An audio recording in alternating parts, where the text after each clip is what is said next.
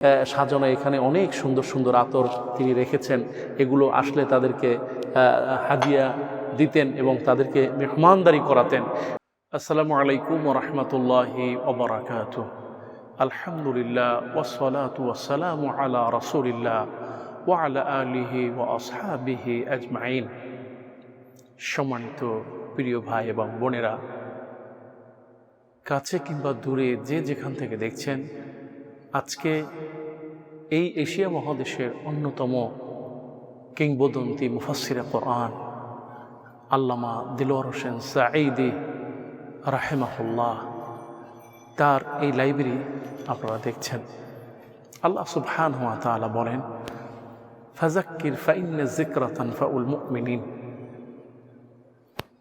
আল্লাহ পাক জিকিরকে পছন্দ করেন, আর এটা মুমিনদের জন্য উপকার হতে পারে। আজকে আমরা যেই জায়গায় দাঁড়িয়ে আছি, এটা হচ্ছে আল্লামা দিলওয়ার হোসেন সাঈদী রাহিমাহুল্লাহর লাইব্রেরি। এই সেই চেয়ার, যেই চেয়ারে তিনি পড়তেন, সব সময় বসতেন।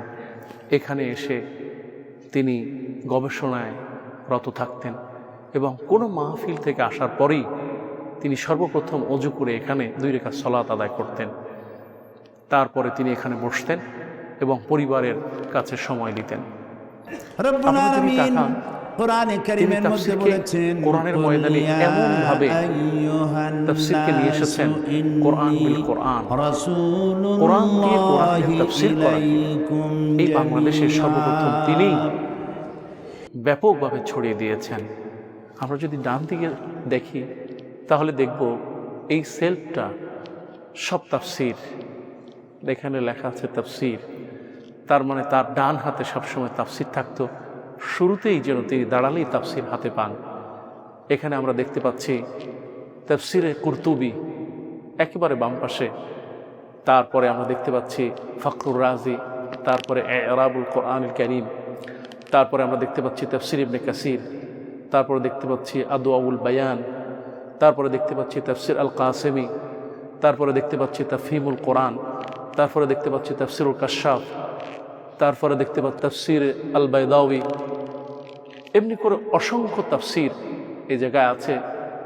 আপনারা যদি কখনো দেখেন তাহলে দেখতে পাবেন যে এখানে অন্তত 30 থেকে 40 সেটের মতো তাফসীর আছে, কারণ তার গবেষণাই ছিল তাফসীর নিয়ে, কোরআন দিয়ে কথা বলা। এবং আপনাদের মনে আছে নিশ্চয়ই যে সেই প্রথম যিনি কোরআনকে প্রশ্ন করতেন, কোরআন তোমাকে যদি প্রশ্ন করি, কোরআন তোমার বাড়ি কোথায়, তাহলে কোরআন জবাব দিয়ে দেয়, বাল হুয়া কোরআনুম মাজিদ ফি লাওহিম মাহফুজ। এরকম কোরআনকে প্রশ্ন করে করে জবাব নিতেন এই সেই লাইব্রেরি যেখানে তিনি গবেষণা করতেন। কোরআন দিয়ে তিনি অসংখ্য ঘটনা বর্ণনা করেছেন, কোরআনের বিভিন্ন দিক। তারপরে কোরআনিক সায়েন্স আমরা যদি দেখি তাহলে এখানে একটা বিষয় দেখতে পাবো, কোরআনিক সায়েন্স একটি চ্যাপ্টার, একটি সেলফ তিনি রেখেছেন। এখানে সব কোরআনিক সায়েন্সের উপরে আপনার সেই কিতাবগুলো এখানে আছে। বিশেষ করে আল যিকর, তারপর আল বায়ান, আল আরব, এরকম অনেক কিতাব তিনি রেখেছেন। শুধু কোরআন নয়, এখানে যেমন তাফসীর আছে, কোরআনিক সায়েন্স আছে, উলুমুল কোরআন, অসংখ্য তাফসীরের কিতাব এখানে তিনি রেখেছেন। সুবুলুস সালাম, জাদুল মাআদ, রুহুল বায়ান, আল জামিউল আহকামুল কোরআন, আল কোরআনুল আযীম, আল ইতকান ফি উলুমুল কোরআন, যে কিতাব আমরা আলিম ফাজিলে পড়েছি, সেই আল ইতকান ফি উলুমুল কোরআন। অসংখ্য কিতাব, খুব প্রবীণ অনেক পুরনো কিতাবও এই লাইব্রেরিতে সমাদৃত আছে। আজকে তিনি নেই, শুধু তাফসীর নয়, আজকে যদি আমরা আরেকটু সামনের দিকে তাই তাহলে আমরা দেখতে পাবো এখানে লেখা আছে হাদিস। এই সেলফটা তিনি রেখেছেন হাদিসের জন্য। এখানে আপনি অনেক হাদিসের কিতাব পাওয়া যাবে। বিশেষ করে দেখবেন যে এখানে আপনার হাদিসের যত বিখ্যাত কিতাবগুলো সেগুলো তিনি এই জায়গায় সুন্দর করে সাজিয়ে রেখেছেন এবং এখান থেকে তিনি গবেষণা করতেন। আল মুস্তাদরাক হাকিম, তারপরে আল হাদিস আল আসার আদ দাঈফা ওয়াল মাওদুআ, তারপরে এখানে আছে আপনার ইসলামিক লাইফস্টাইল, হাদিসের পাশাপাশি যে ইসলামিক জীবন পদ্ধতি, সেখানে কিছু কিতাব তিনি বিভিন্ন দেশ থেকে সংগ্রহ করেছেন। হাদিসের উপরে ফাথুল বারি, ফাথুল কাদির, আল জামিউল ফিকহ, তারপরে আমরা দেখতে পাই যে তিনি এখানে আছেন সুনান, সুনানুল কুবরা, সবচেয়ে বিখ্যাত একটি গ্রন্থ। তারপরে আরও তুহফাতুল আদওয়া, বাদাইউস সানাই, অসংখ্য কিতাব তিনি হাদিসের এখানে রেখেছেন। কিতাবুল মাফসুদ, তার মানে হচ্ছে বুলুগুল মারাম, মানে অসংখ্য কিতাব হাদিসের তিনি তার সংগ্রহে রেখেছেন। এগুলো পড়াশোনা করতেন এবং এগুলো থেকেই জ্ঞান বিতরণ করতেন।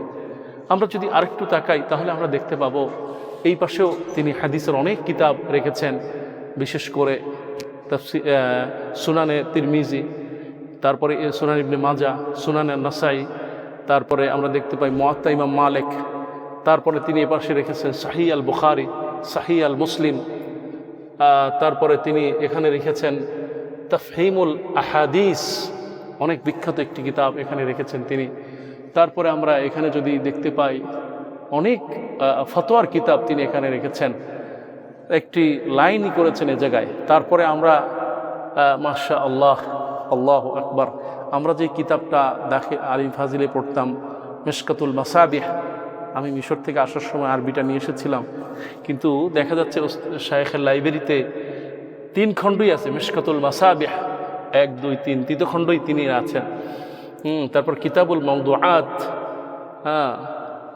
রাউদাতুল মুত্তাকিন, ইমাম আহমদ ইবনে হাম্বলের কিতাবটাও তার কাছে আছে, জামিউল উসুল, তাহজিবুত তাহজিব, অসংখ্য কিতাব যেন আজ আমাদেরকে প্রেরণা দেয়, যেগুলো তিনি পড়াশোনা করতেন এবং গোটা জাতিকে আলহামদুলিল্লাহ জ্ঞানের জন্য উদ্বুদ্ধ করতেন।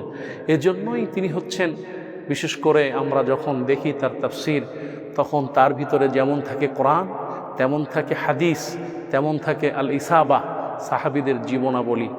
কাজেই এত সুন্দরভাবে যেই মানুষটি পড়াশোনা করতেন এবং দ্বীনের জন্য কথা বলতেন, কারণ আল্লাহ পাক বলেছেন উদু ইলা সাবিল রব্বিকা বিল হিকমা ওয়াল মাউইজাতুল হাসানা।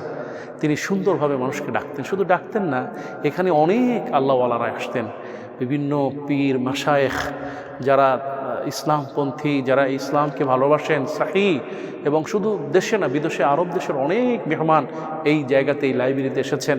আসলেই আমরা দেখতাম যে সাজানো এখানে অনেক সুন্দর সুন্দর আতর তিনি রেখেছেন, এগুলো আসলে তাদেরকে হাদিয়া দিতেন এবং তাদেরকে মেহমানদারি করাতেন। এটা সবাই জানেন যে কোরআনের পাখি একটু ছোট্ট রিকশালাও যদি তার বাড়িতে ঢুকতেন তাহলে তাকে আপ্যায়ন করার চেষ্টা করতেন।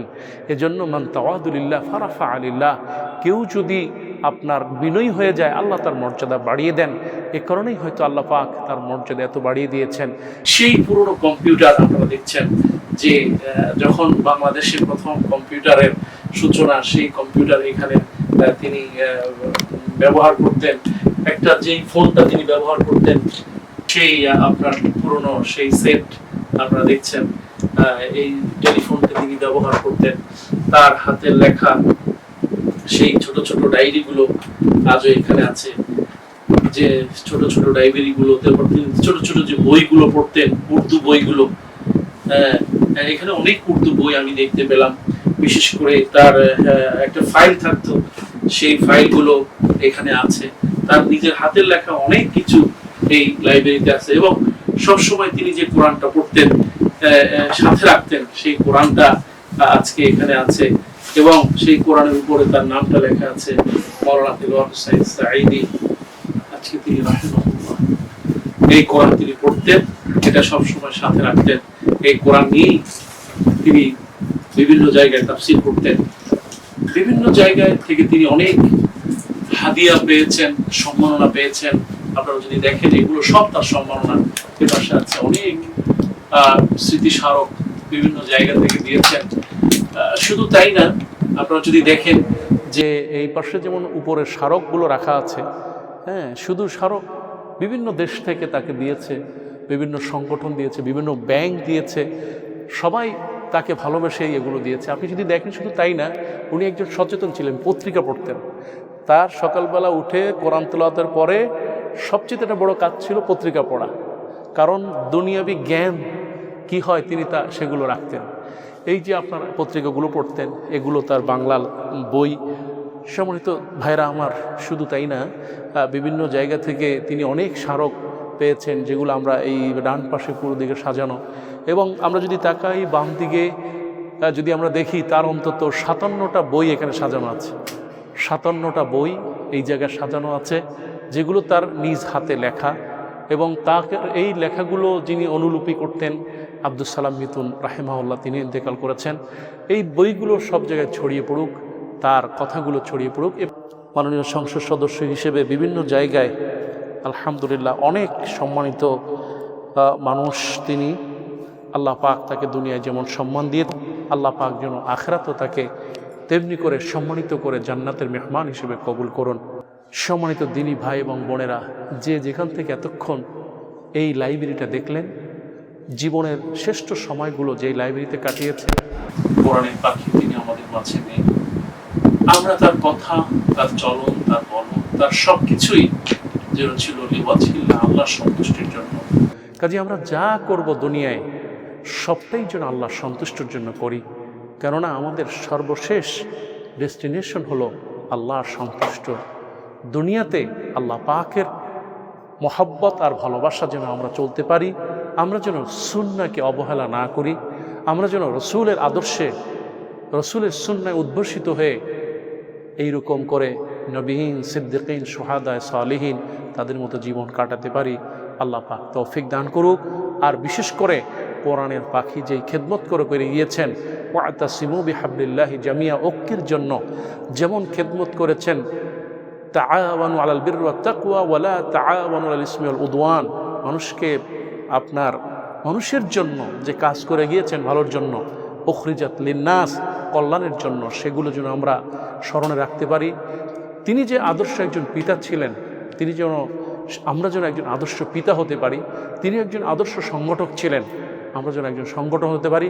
তিনি যেন একজন আদর্শ শিক্ষক ছিলেন, আমরা যেন আদর্শ শিক্ষক হতে পারি।